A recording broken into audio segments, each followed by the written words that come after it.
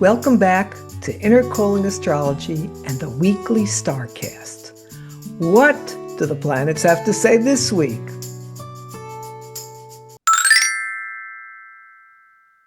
Monday, Tuesday, and Wednesday. The Sun is in Sirius, solitude-seeking Capricorn, and the Moon begins the week in Capricorn but moves quickly to Aquarius at 10:52 a.m. Monday and remains in Aquarius Monday, Tuesday, and Wednesday. Aquarius is the sign of the revolutionary and visionary. Aquarius helps us envision a world in which we're able to be authentic and individualistic selves, despite the cultural, familial, or religious conventions that encourage us to fall in line.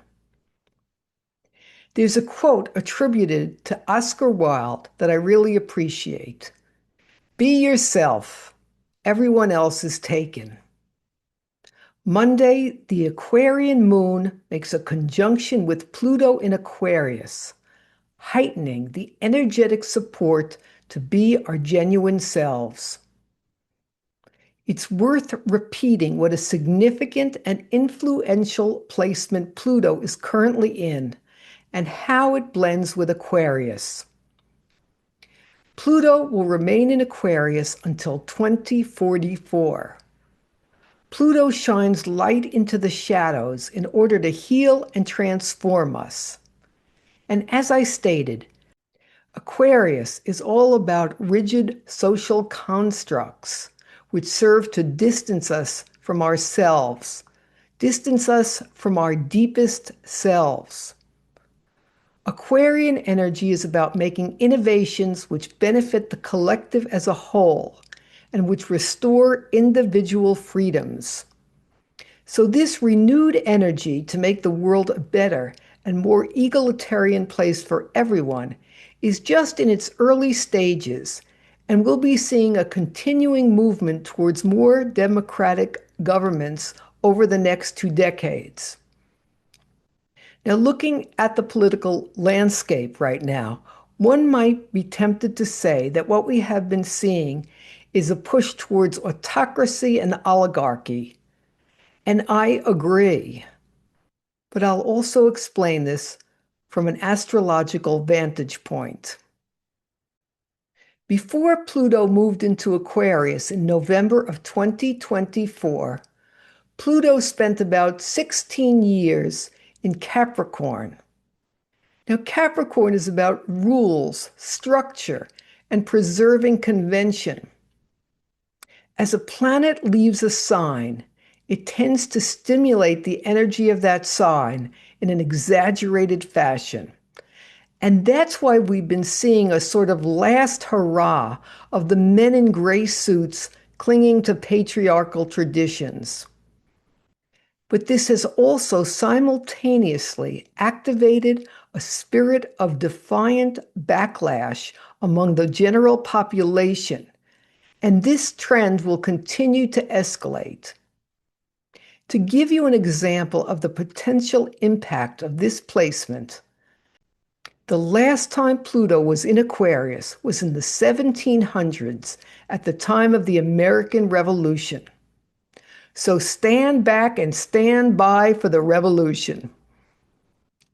Monday from 10:52 a.m.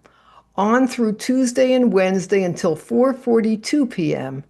is favorable to initiate actions and contacts for plans you'd like to see flourish. Monday, the moon is void from 9:44 a.m. to 10:52 a.m. And Wednesday, the moon is void 4:42 p.m. until 8:06 p.m. So during these periods, take action only on something you wish to terminate. Thursday and Friday. The sun remains in sober, stoical Capricorn, and the moon is now in mystical, free-flowing, magical Pisces. Both Capricorn and Pisces require a lot of solitude. So it would be natural now to want to withdraw socially and go inward. These 2 days can act as an incubator for inspiration and wisdom. At the same time, a qualitative way in which Cap and Pisces differ is in their orientation towards structure and boundaries. So it would be interesting to take note this week whether there is some issue in this regard. Pisces sees us all as waves in the same ocean with no separation, while earthy Capricorn enjoys strong and secure walls. So reach out in the comments section and tell me your orientation towards setting boundaries this week.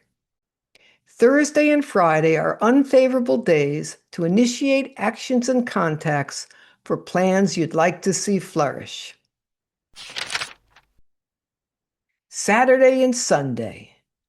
The sun remains in Capricorn and the moon is now in the sign of the warrior Aries. The sun is also conjunct Venus and Mars, bringing in a relational tone. Who will we encounter this week in the course of business, and how will we conduct ourselves? The high version of Aries and Mars is honest, direct, and straightforward expression, while Venus excels at creating rapport and maintaining the bridges of communication. In their less evolved configurations, Mars can get argumentative and competitive, while Venus can resort to insincere flattery or over-acquiescence. Saturday through Sunday until 9:13 p.m.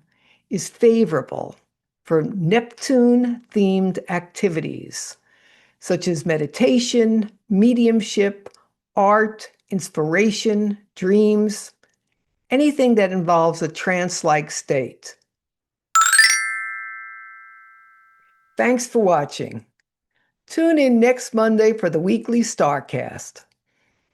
And remember, it's never too late to be who you are. This is Maxine of Inner Calling Astrology, wishing you a blessed week.